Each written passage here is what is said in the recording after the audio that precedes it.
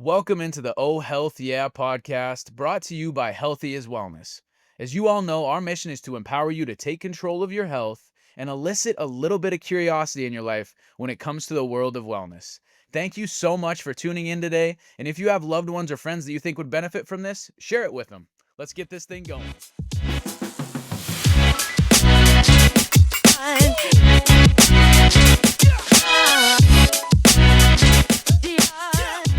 What is up, Healthy is family? Welcome back to the Oh Healthy Yeah podcast. We have an exciting episode today. We got some feedback from some of our clients on set that were saying our podcasts are a tad short. So what we're going to do today is we're going to take the this or that video that we posted on social media and we're going to go more in depth with it. If you haven't seen it, go to our Facebook, go check out the video. But what we did in the video is we basically took an archetype and we talked about that archetype, which options would we choose from this list of this or that. So the archetype was a middle-aged person trying to lose weight. And what we're going to do now is we're going to go through the way that I answered those questions and see if I would change the way that I answered them or why I answered them in the way I answered them. I'm going to play the video in the background here, and then Zach and I are going to kind of discuss each one as we go through this. So buckle up, this or that, a little bit more in depth. Here we go. I'm on to lose weight. Okay. Creatine or protein? What's more? Ooh, creatine or protein? Protein. Okay. Okay, so first question was creatine or protein. I chose protein. Reason behind that is the name in itself, like creatine to me is a micronutrient. Protein is a macronutrient.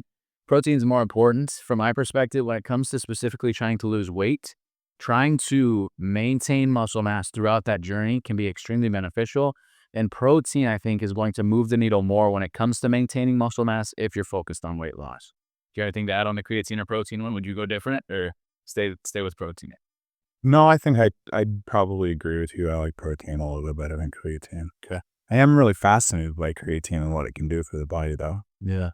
And then it's just a middle-aged person focused specifically on weight loss. I think protein is the way to go there. So I would agree with that answer. Wait, first, fair enough. A pre-workout or coffee? Pre-workout or coffee? Okay. This one's difficult because if somebody's trying to get started on a weight loss journey, oftentimes they might need to be able to pull a lever to get into the gym.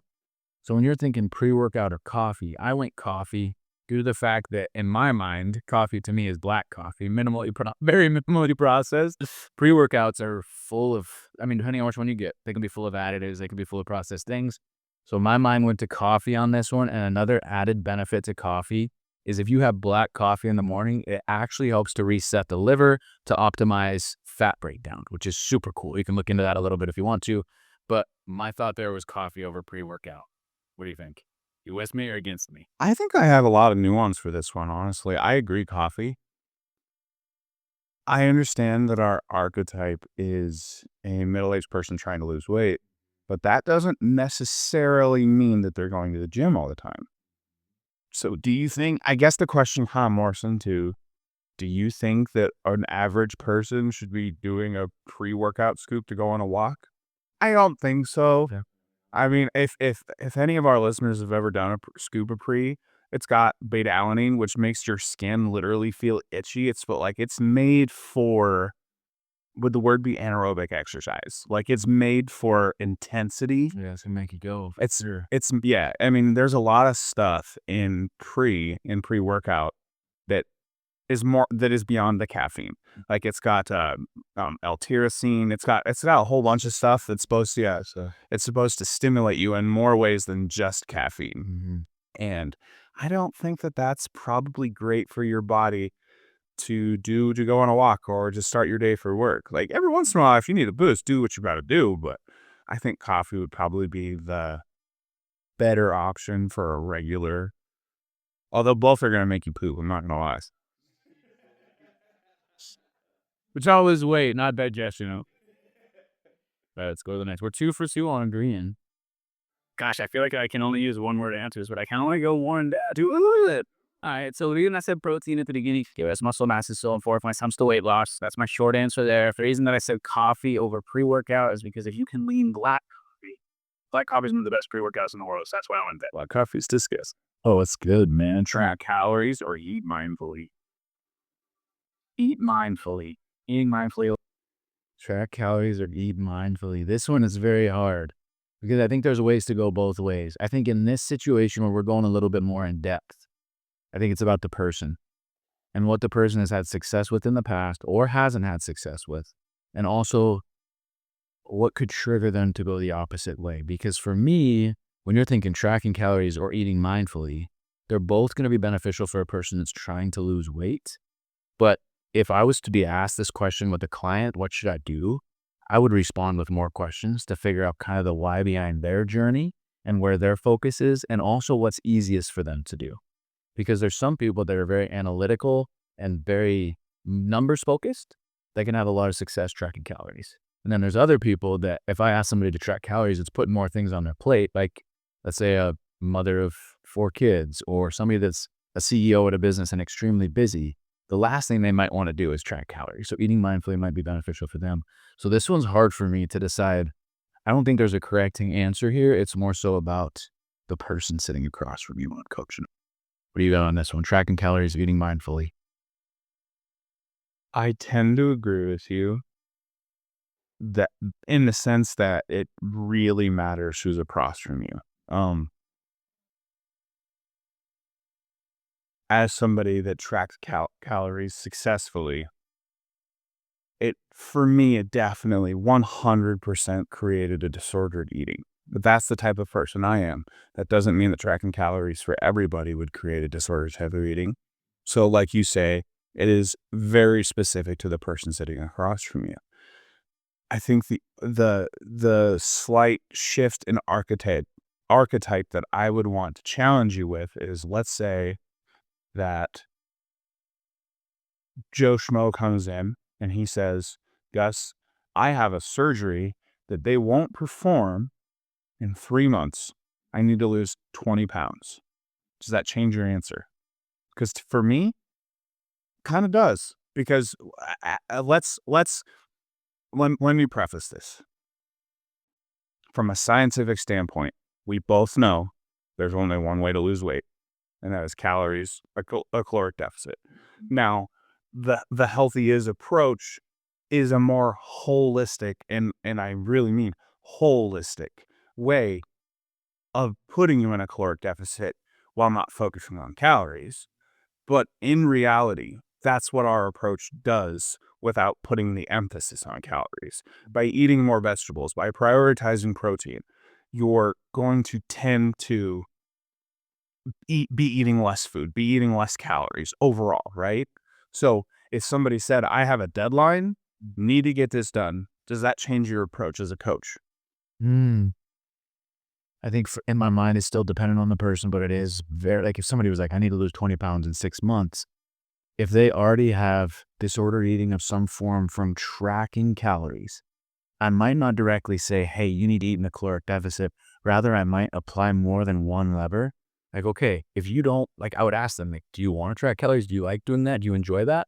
If they said yes to that, then yes, I would pull that lever. If they wanted to lose 20 pounds in a course of 6 months to have a surgery that could change their life, absolutely. But if they said, no, I have a horrible relationship with food, I've tracked calories in the past, I don't want to do that, then what I would say is, can we piggyback some of these other habits then? Like you just said, can we do a time restricted feeding concept, some form of fasting, plus a no sugar flour for breakfast? And hella protein right there. Yes. And prioritize your protein. And then what's cool about what we do is we'll see in a month. And when you come in and do the body comp, if you do it and if you don't see what you want to see, then maybe we go more extreme. But if we see progress, it's like, okay, I don't necessarily have to make you count calories if you don't want to. But on the opposite side of things, if the person was like, no, that works great for me, then maybe we would apply it in that instance. Does that answer your question? Yeah, I think so. Yeah. Sweet. That's a good one, though. That's a tough one to kind of jump back and forth on. Next one. To be present in the moment, which is really what we're after. And if somebody's focused on weight loss, I want this journey to be something they enjoy so that it's sustainable for the rest of their life. Tracking calories can get you there fast, but it's also not always something that's sustained for you. So eat mindfully are a pick. Walking or strict to your routine? I was leaning to walk because more people enjoy walking. We talk about with movement, I want to incorporate movement in your life that you enjoy. And more people, I believe, enjoy walking than lifting weights, so I lean walk. I stand on that one, definitely. Walking or straight gym routine? Walking for sure. People enjoy walking. It gets you outside if the weather's right. It allows you to move your body in a meaningful way, and our bodies are designed to move.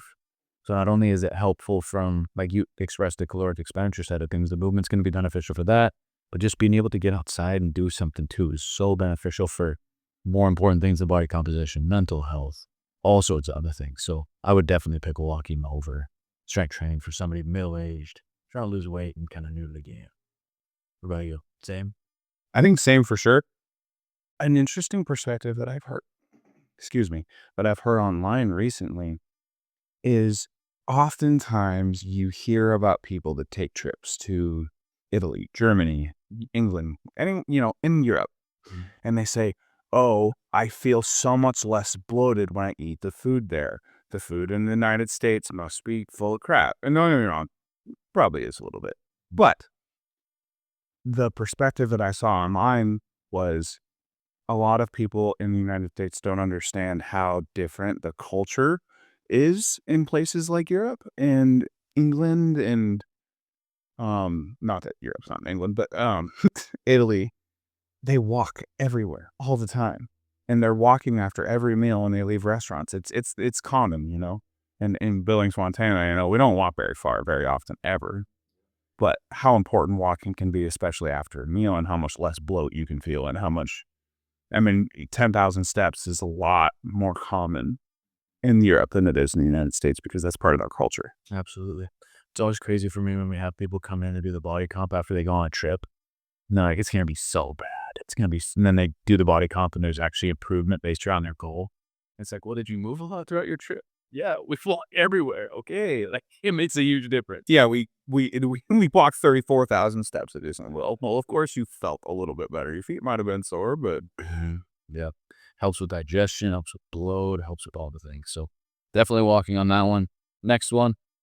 what's more important, sleeping or training?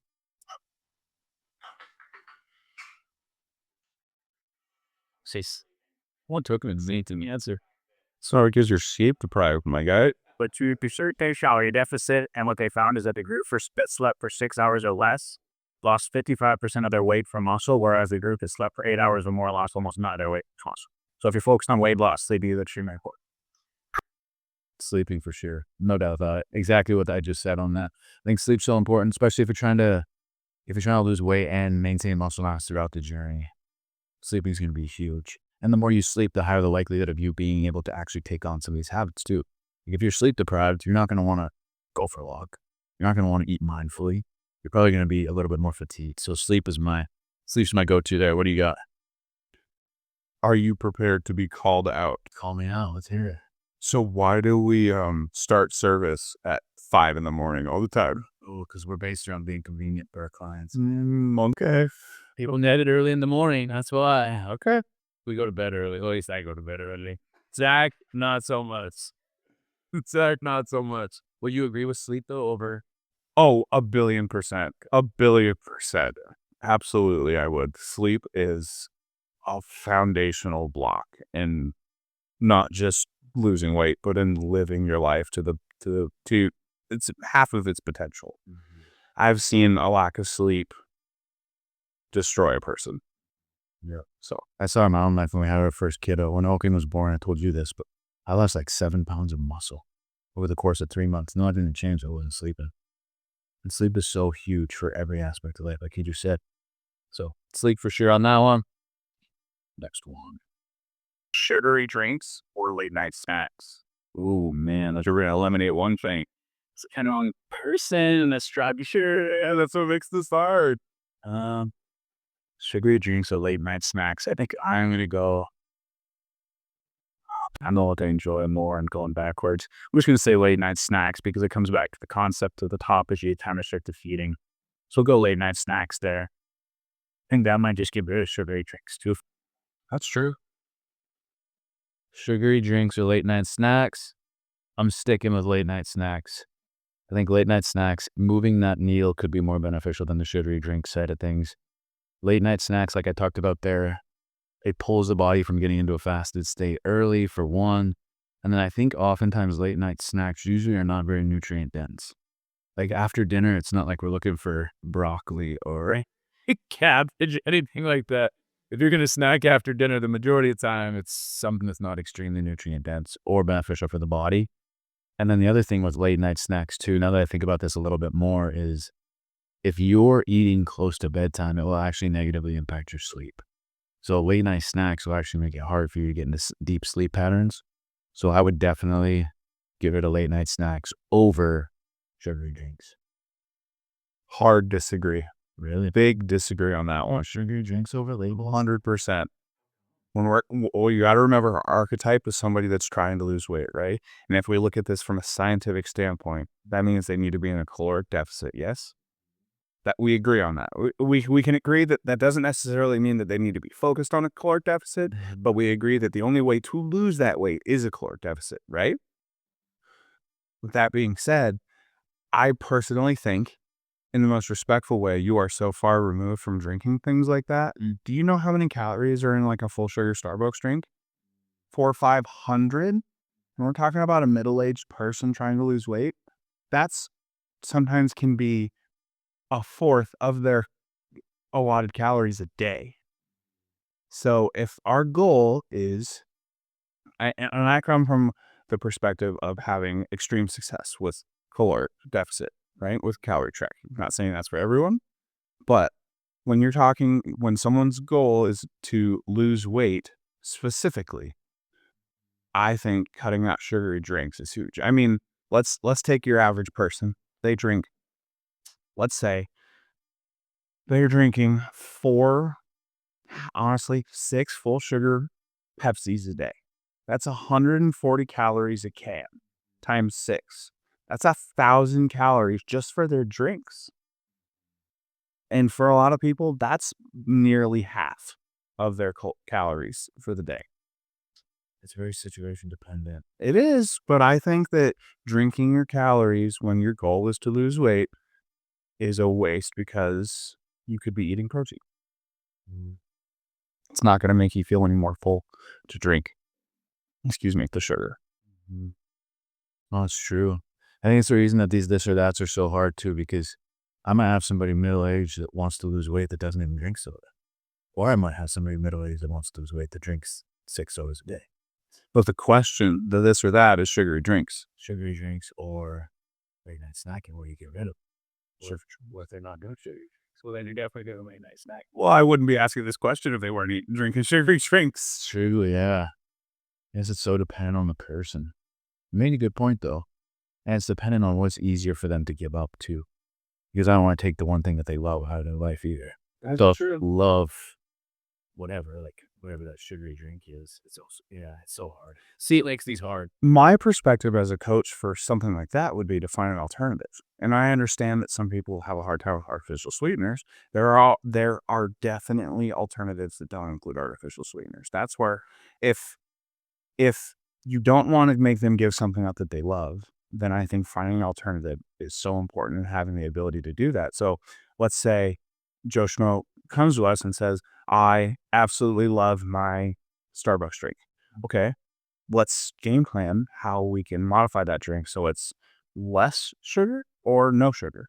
I mean, like one thing when I was really on my weight loss stuff and I started at Healthy is I challenged myself to not do artificial sweetener. So like one that I did was I wanted the caffeine from coffee, right? So cold brew, that's efficient. I get cold brew with almond milk, which is lower sugar, lower calorie, right? And then I would do stevia in it. Still had a somewhat sweet drink. Still felt like a little bit of a reward going to Starbucks, which is a big reason a lot of people go to Starbucks. It's just for a little sliver of escapism, a little treat, a little reward, right? Mm-hmm. But I'm telling you, the 32-ounce cold brew that I would get before work, if you did half and half in that, and like sugar syrup, I mean, you're talking for a 30. I mean, you're talking 400 to 800 calories for that thing. And Joe Schmo, we're using averages. If they're supposed to be eating 2,000 calories in a day, that's a humongous portion. Absolutely. I mean, I've seen people switch from regular soda to diet soda, and so much weight has fallen off. so much weight. What do you think about that? No, I agree with you. I think what's on my mind is just a big portion of where you at. Like with our coaching stuff, we ask a lot of questions to people to see where they're at, where their own health and wellness journey. Yeah. So figuring out where somebody is at is the most important piece of this. And that's also why, like, as you guys watch this stuff on social media or you watch our podcast stuff, know that it's not a blanket approach for anything. There's not a one size fits all. It's not, because eliminating sugary drinks, like you just said, might be the best thing for somebody. It was for me, but it wouldn't be for you because you're not a person that usually drinks sugary drinks that often. So while with everything, the caveat to what I had to say about it all is I just think that manipulating your food before bed can be super important. But just like your approach to protein versus creatine, I think it's macro versus micro.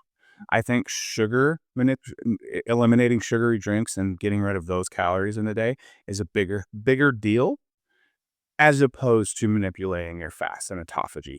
I think that that's still important, but it's more of a micronutrient than a macronutrient to me. Yeah. What is the thing we always say? Major in the majors before you're minor in the minors, major in the how is it? Major in the majors before you can major in the minors. Exactly. Right. So, and my approach to coaching as a person is risk reduction. If someone comes to me and says, I drink 20 Pepsis a day, and it happens. I mean, we have to admit the reality. Is that the greatest thing in the world? No. Am I going to make that person feel guilty for it? No. But if I can get that person to either switch to diet soda or to cut it to 10, that's a win. That's what we believe in. Meeting people where they're at, and small changes make big impacts, right? So I think it's just so important as a wellness company that we don't cater to to be honest and respectfully, people that are in a phase of life like you are. You are fit, you're dialed in. You know, you could honestly, Gus, no training, you could go and run half a marathon tomorrow. I couldn't do that. You know, we're at different phases of our life. Therefore, like you said, it's very specific to each person. Yeah, that's where they're at. But it's so true, man. Such a good conversation to have. Because if you have somebody coming in too that's having the sugary drinks, but then not eating a whole quart of ice cream right before bed, you might be like, okay, maybe we attack the ice cream before we attack the sugary drinks, or vice versa. But it's so situation dependent. See, and I think that's what's so important about our business model. You and I immediately, we have different approaches to that. We have okay. So let's just adapt on that real quick. We're gonna do a little bit longer episode, guys. What's your approach to that? Exactly what you just said. Depends on, well, Let's say it's me. If I come to you and say I'm eating a pint of Ben and Jerry's before bed, it's 1,200 calories. What's your option? What's your choice? the focus is weight loss. 100%. I ask you the why behind the thing that you're doing. Are you eating that ice cream with your family? Are you doing it with your wife? Is it something you really enjoy? No, but I do it when everybody goes to bed, and I'm ashamed of it. And how many sodas do you have in a day? I drink diet soda. Okay.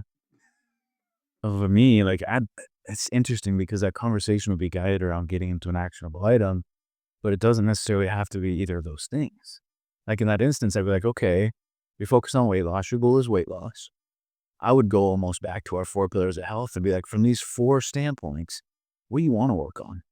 And if you went nutrition, then I would say, okay, on your nutrition, what do you want to attack? What's something that you think could move the needle for you that's also attainable for you? And that's where I would go with it. So it's not necessarily like I'm just going to magnify a certain thing just because we know that that thing is contributing maybe negatively to their goal. But I would always ask the question of like, okay, in your life right now, what's one thing that you can work on that helps you achieve your goal, but that doesn't make you not enjoy your life at the same time? So do you feel like your approach to a problem like this specific issue, would be treat the symptoms before you treat the problem and see if the problem improves? Figure out why this behavior is happening and see if you can lift and elevate the other things that cause someone to eat in a disordered way, and see if you can eliminate that before you just hop in on the problem itself. Yeah, I think my approach is trying to figure out what actionable item can we help this client get a win with that has the least amount of barriers to being able to jump over that hurdle. Because what my goal is with every single client is to get people wins. so that they can come in and they can have success over a prolonged period of time. Because if I was to talk to that client and say, you know what, you probably should stop eating that core ice cream, that client would probably give me the middle finger and never come back. We would never be able to impact that person's life. So for me, it's like, okay, how can we get this client a win that's in conjunction with their goal, as well as what's attainable in their life and realistic? Because I want what's best for that client after all, and I want them to continue to come in and see us. So although we would know that the core of ice cream or pint of ice cream isn't the best, it's not like we're going to be like, hey, that ice cream, we got to get rid of it. It's going to be, okay, sweet. Like, you're eating ice cream. I hope you enjoy it. It is what it is. But how can we create an actual land that's best for you based on your current context of life and your goals? Yeah. Does that answer that question? Definitely. All right, we're going to go to the next one. That was one. Yeah. That was a good one. All right, next one. Consistency or intensity? Oh, consistency always, man. Progress over perfection. Consistency. I'll pick consistency over intensity. I guess you could argue that with your rapid conversation that you mentioned earlier, like I need to lose X amount of pounds in X amount of time, where you might pull more intense levers. But long term, big picture, I would pick consistency over intensity. What you got? I would agree with you. But to play devil's advocate, I think the thing that I would want to interject into, to poke a hole in what you had to say, right? For the sake of argument, what about momentum? Do you think starting,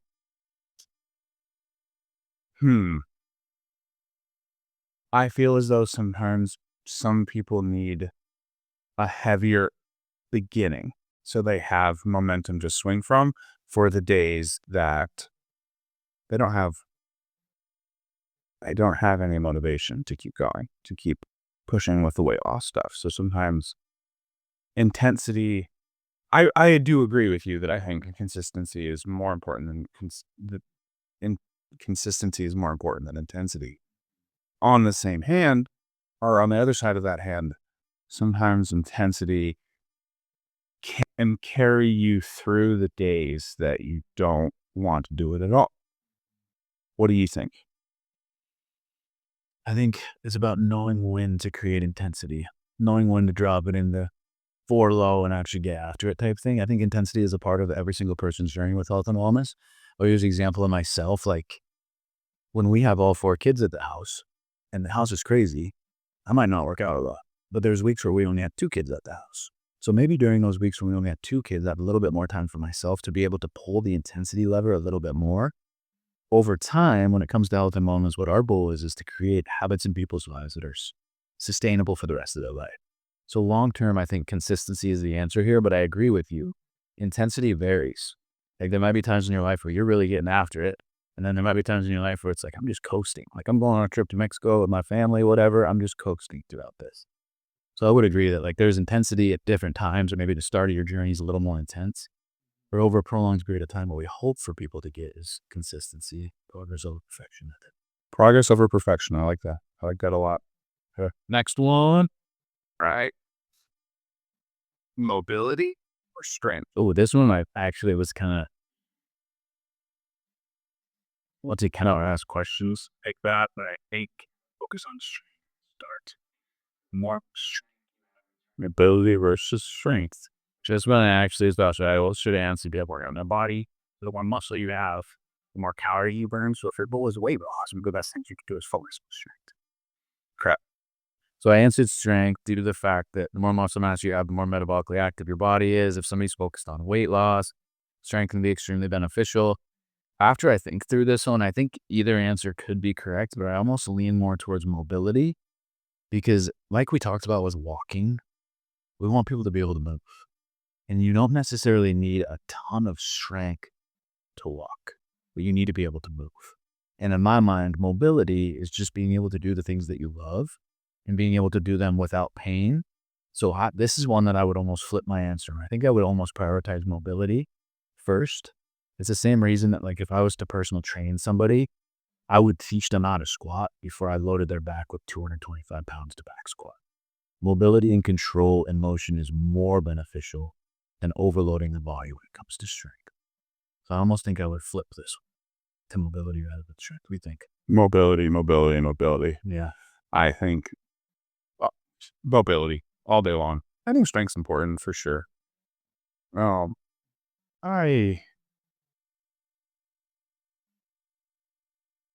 I guess I just think that long-term mobility is such a much more important and sustainable option. Mm-hmm. This isn't to throw shade at anybody else, but sometimes you see massive bodybuilders from the 90s. They were on steroids. They were as strong as you can get. And at this point, 30 years later, they have no mobility. None. Yeah. Zero. They're crippled at all. Yeah, they're crippled. Yeah. Right? So I think that's, in my opinion, that's why mobility is more important. Yeah. I would agree. Yeah, the more that I think about this, I think it's interesting because as a coach, you almost have nuanced predispositions. Like for me, I've always chased strength. I've always wanted to be strong. I've always wanted to be big. And so as a coach now in the health and wellness world, all you have to do is be willing to peel your own persona away. Just like you talked about, like you had a ton of success with a caloric deficit and lost a ton of weight.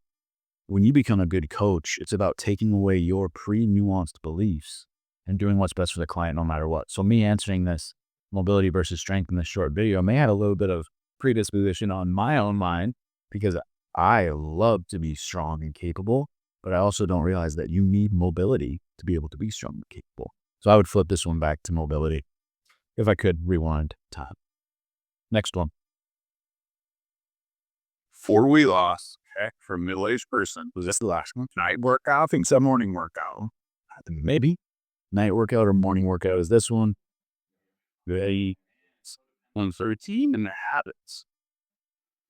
Almost like morning, just generic, because oftentimes a lot of things can come up at night that distracts you or pull away from you being able to work out.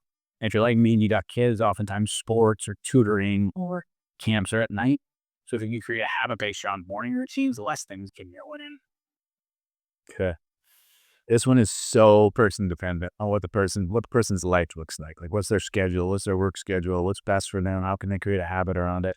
I would stick with my generic answer if I had to pick, just due to the fact that things oftentimes don't come up in the morning. Like you're not going to have your buddy reach out to you and say, let's go fly fishing at 5 a.m. So there's less barriers, but I think this one is very, very, very person dependent. And I would ask questions and get context clues to be able to guide the person in the right direction. What do you got? You have a preference or what do you think? I don't think it matters at all whatsoever. Truthfully, whenever you can make it happen, do it. Doesn't matter. Yeah. Oh, it's macro versus micro, right? So it's like, but you have to pick one. I got me there. You got me there. It's hard. It really is. It's so situation dependent. Yeah. I can't believe I put you in that position to ask. This one. All right. I have the creme de la creme. Bar is funny, right? Spot is the last one. Get rid of alcohol or just, Oh, man. oh boy, it's versatile for you. We got a comments on this on Instagram. Did you see that? Gosh, dude, it's so freaking harsh, man. Like, I get rid of this verse. like midnight. So to bear on the person, I think generic answer would be alcohol, because I think not only does alcohol increase caloric intake at the time you're actually drinking it, but oftentimes being hungover is when you make the worst food choices and the worst exercise choices and you sleep like poo. So I think if you're going to get rid of either alcohol or dessert completely and your goal is weight loss, you got to pull the lever of alcohol. And also, if you have a one alcoholic beverage, it impacts your sleep up to 25% of your sleep. It actually makes your sleep less beneficial for you. Even if it feels like it. Yeah. So You feel like it knocks you out. I think I would get rid of alcohol over dessert if your goal is weight loss. All right. All right, last one. Alcohol or dessert. Once again, situation dependent, very much so. Asking questions to the client, kind of getting their intel on their enjoyment of life. I think I would still lean alcohol, but it's so situation dependent and dependent on the person's habits. Like for myself, and this is also where that predisposition comes in. Like alcohol for me, if I drink alcohol, it leads to negative habits the following day. I'm not moving as much, hurting, that type of thing. So in my mind, I just think that the negative ramifications that come from alcohol are over a prolonged period of time. So not only does it negatively impact that day when it comes to the caloric intake, but also like the kind of ripple effects that occur from alcohol. So I think I would lean alcohol, but this one is very, very situation dependent. What do you got, Zach? Alcohol all day long. I think if our archetype is someone that wants to lose weight, ton of sugar, a ton of sugar, right?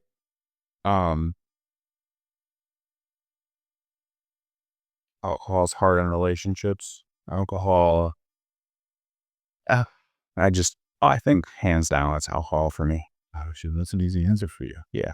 Okay. I would agree. It's tough though, because then you have, I think it was one of our very recent podcasts that we recorded talking about how human connection is so important, right? And sometimes having a beer with your dad is part of that human connection. So it's a balancing act. But if somebody's goal is to lose weight and they're drinking regularly, I think that would be my caveat is, which one are you, like, how often are you drinking? Like, are you drinking like, a 30 rack of Coors Light a day? Let's stop. Let's not do that. Maybe not all at once. Exactly. That's what we talk about a lot, though. And that's why these this or that episodes are difficult, because there's nuance involved with every single decision. And I say this a lot, and I know you've heard me say this a million times over, but I'm one of those people that doesn't believe that anything is either healthy or not healthy. It's about the relationship with the thing. So, for example, sugar. Is sugar healthy? Is sugar unhealthy? Well, science, if you looked it up, would probably tell you sugar's so bad for you. But if you're having birthday cake at your son's birthday, I'm not going to tell you that that's unhealthy for you. So at Healthy Is, one of our big beliefs is like, it's the relationship with the substance, not the substance itself, is the type of way that I would view that, and the way that I would put that. What do you think? What was that look for? Oh, that look was just sorry. We're at 40 minutes. So we're giving our followers, our clients, what they want. We're definitely doing a longer episode. This one's going to be fun to edit. I'm excited for it. Yeah. I mean, Geez, the lead. Yeah, man. There's a lot to it. Anything else on alcohol or sugar?